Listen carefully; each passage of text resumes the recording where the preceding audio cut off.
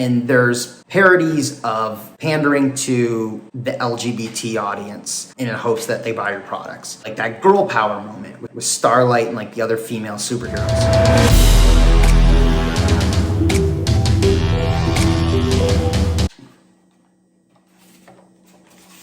So I was watching the new season of The Boys, and I happened to see there was also an animated show that had come out. And I remember when they announced this, so I decided to watch it. And one of the episodes of the animated Boys was actually a continuation or a missing chapter of the comic. So I decided to watch that, and I realized there is so much good stuff that comic had that pretty much like just completely forgotten in the show. It was so weird looking at that because the show gets a lot of accolades, and it's funny because unlike Invincible, which rearranges stuff in the comics, it really is almost like a reinterpretation of the comics themselves, much like a superhero movie might be. So today I want to talk about some of the strong stuff that the comic book did that the show just kind of completely steps over. And I'm talking about three things. So the first thing, and one of the biggest things that I thought the comic just did better, was the world building. The world of the comic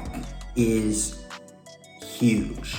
And it's not just a parody of the Justice League like the show is. It's a parody of all types of superheroes. So you'll see the Justice League, the Avengers, X-Men, Teen Titans, all of this stuff is parodied in the comic. The way the comic works is also different than The Boys. This is something I noticed in the episode. The show, what the main premise is that superheroes have overtaken, or they are the biggest figures in society. Everyone loves them, but when we look behind the curtain, we find out that not only aren't they not to be loved, but they're actually extremely messed up people, and politicians, corporations, and really the military have done what they could to cover up that image. So the boys were kind of depicted as these paranoid conspiracy theorists. They're the only ones who are able to stop. That's the premise of the show and the comic. But the difference is in the show, the boys are trying to stop mainly this group of 7 people. There are a few other superheroes they try to stop along the way, but those are the main ones.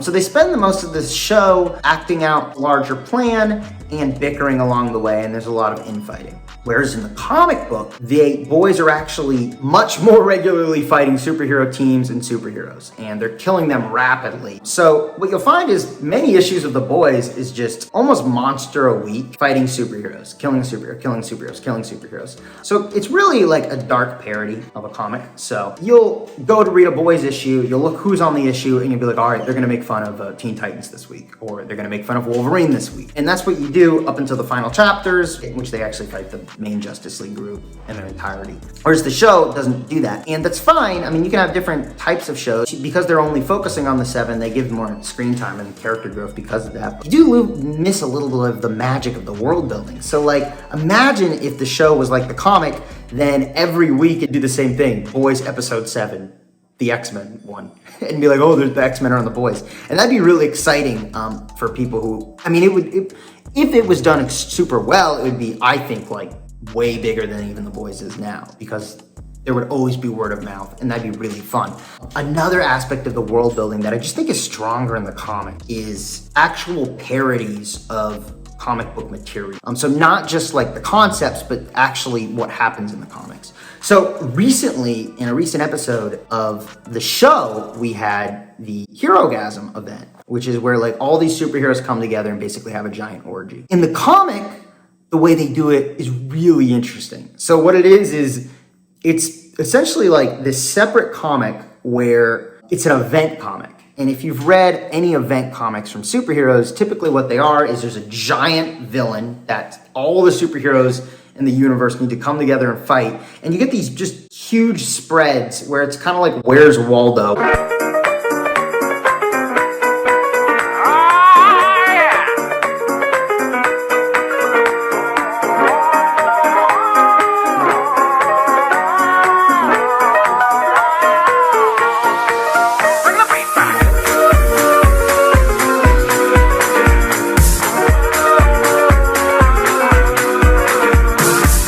It's just dots of superheroes all over the place fighting these like big guys, and they're really fun and exciting. But But in The Boys, what Herogasm is they pretend, they tell the world they're going to do that, but then when they actually go to fight the big villain, it's just a giant orgy. So instead of seeing like giant collages of superheroes fighting whoever, they're all just like having sex. And it's just pages and pages of that. And it's just so much more interesting. And I'm thinking when I'm watching the show, I'm like, so they do Herogasm, but it's really just, this is an orgy we don't tell anyone about. And there's a few people having sex. And you can't really tell what anyone's doing unless you really look at it because the lighting's so dark. And one thing I'm thinking is, oh man, if The Boys, they really messed up because, yeah, maybe when the show first came out or like years ago, we wouldn't have an idea of an event, but we just had like the first superhero event in Infinity War and Endgame. You totally could have played off this big thing in the show about like, did you hear there's going to be like a Thanos character in The Boys? Like the season could have ended with, oh my God, we're going to have this like, there's this big guy showing up. And that could have been like, almost like false marketing. And it's just this big orgy. And they're all just lying and having sex. And then Soldier Boy could show up kind of like he did in the show.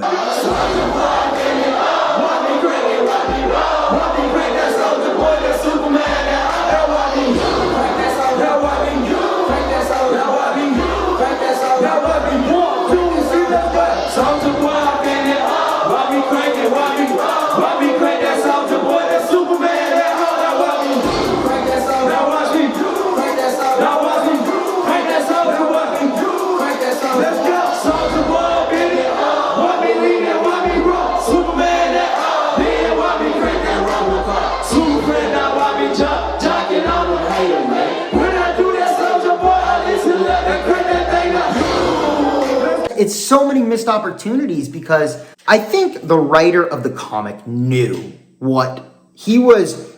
I mean, if you're a comic book writer, you can choose to avoid writing superheroes and not acknowledge superheroes as much as you are.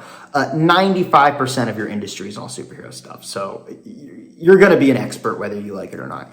And which is pretty much what the writer of The Boys is. He's basically an expert on the world of superheroes, which is why the parodies in the comic are just stronger than the show. Whereas in the show, I think the writers of the show are not experts on superhero content. They're not experts on shows and movies like the writer of the comic was. They're experts on, they know a lot about shows in general, and they seem to know a lot about the politics around, you know, making superhero shows. So for instance, a really good opportunity was one big thing that happened in superhero movies and television was that Zack Snyder gotten a lot of, or he made the Justice League movie. Everyone hated it, but because Joss Whedon basically finished it for him, a lot of people wanted to see a version of his movie, what it would have been. So there was this big push for the Snyder Cut. It came out,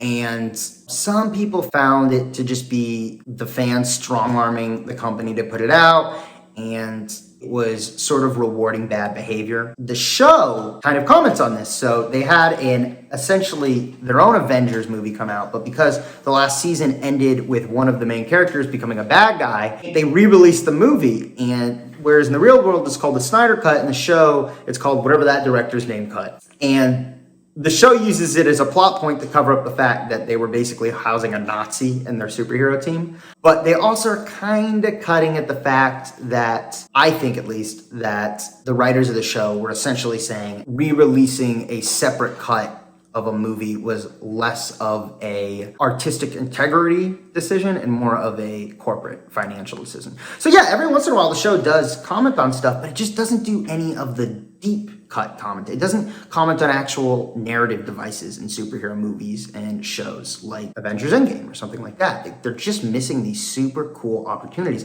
Another one, this is another small one. In the comic book, they have a parody of the Watchtower. So the Watchtower in DC Comics is kind of this like idealistic super space tower that all the superheroes stay in.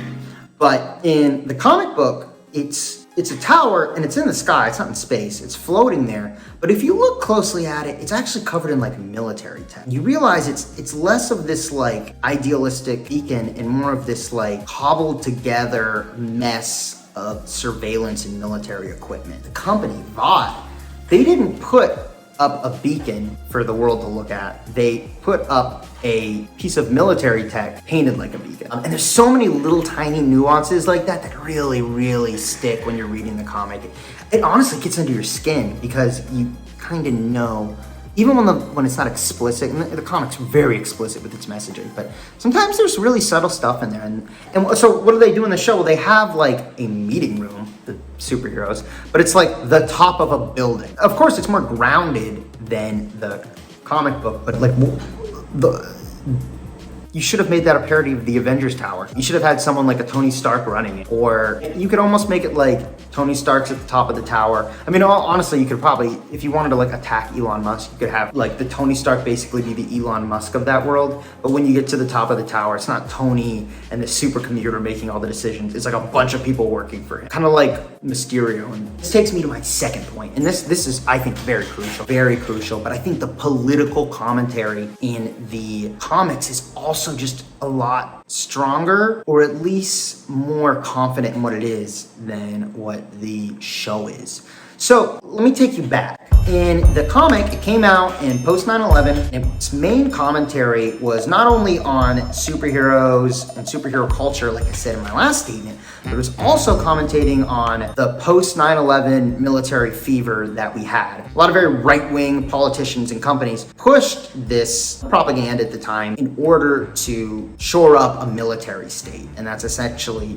what people were worried about, especially people in media at the time. Artistically. The boys, much like the patriotism exposited in the post 9/11 world, the superheroes, the Seven, are beacons of hope, but they're actually pushing a heavy military agenda. And in fact, there's also a bit of celebrity commentary too, because remember, in the early 2000s, a lot of celebrities in tabloids were really coming out at that time as like not being great people. And in the boys comic, that's all they are. If anything, they're psychotic. Simple commentary, worked pretty well. It was a solid depiction of the era. I don't know the exact time when the comic ended, but like essentially 20 years, decades have gone by since that show.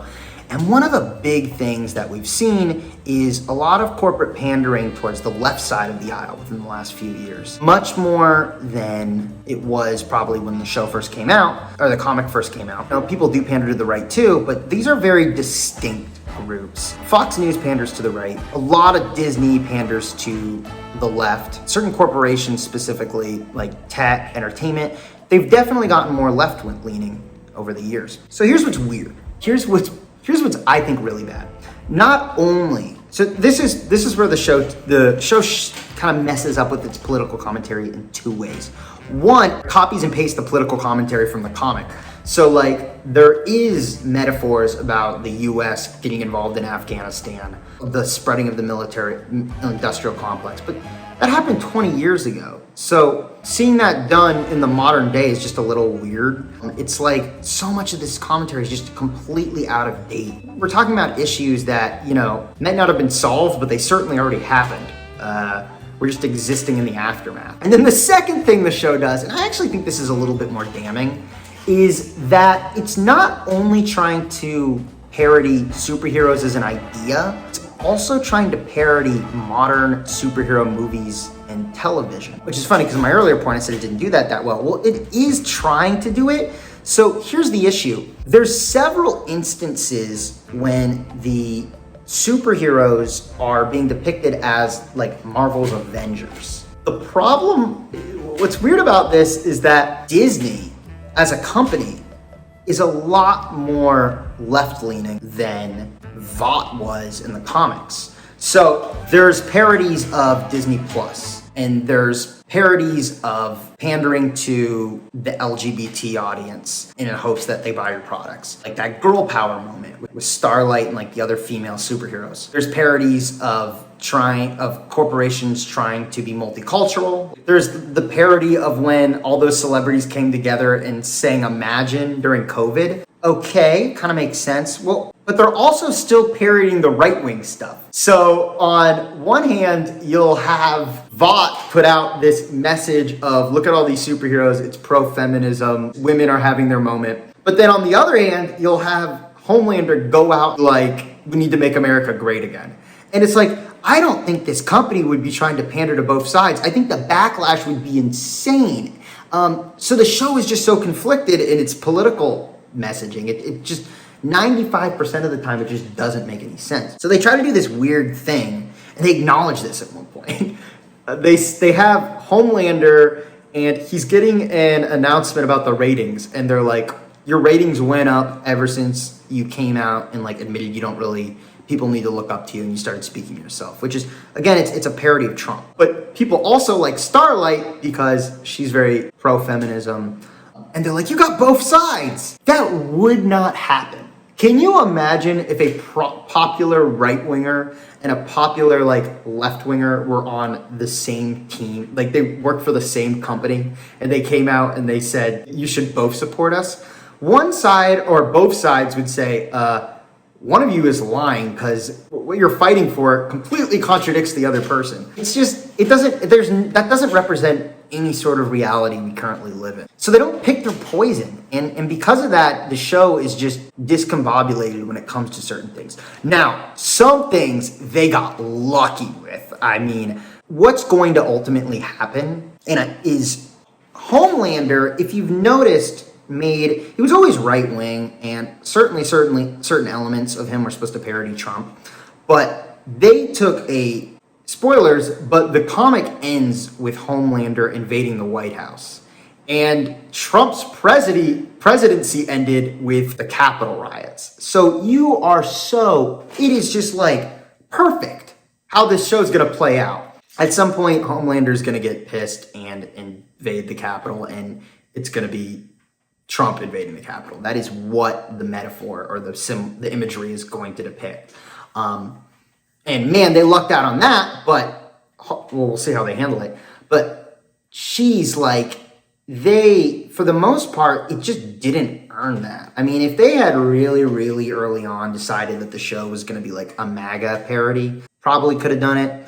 Or if they had decided early on that the company was going to be a parody of companies being extremely left-wing, and then they could have had Homelander have like the whole MAGA Trump thing. Probably could have done that too. Maybe it would have been a little weird.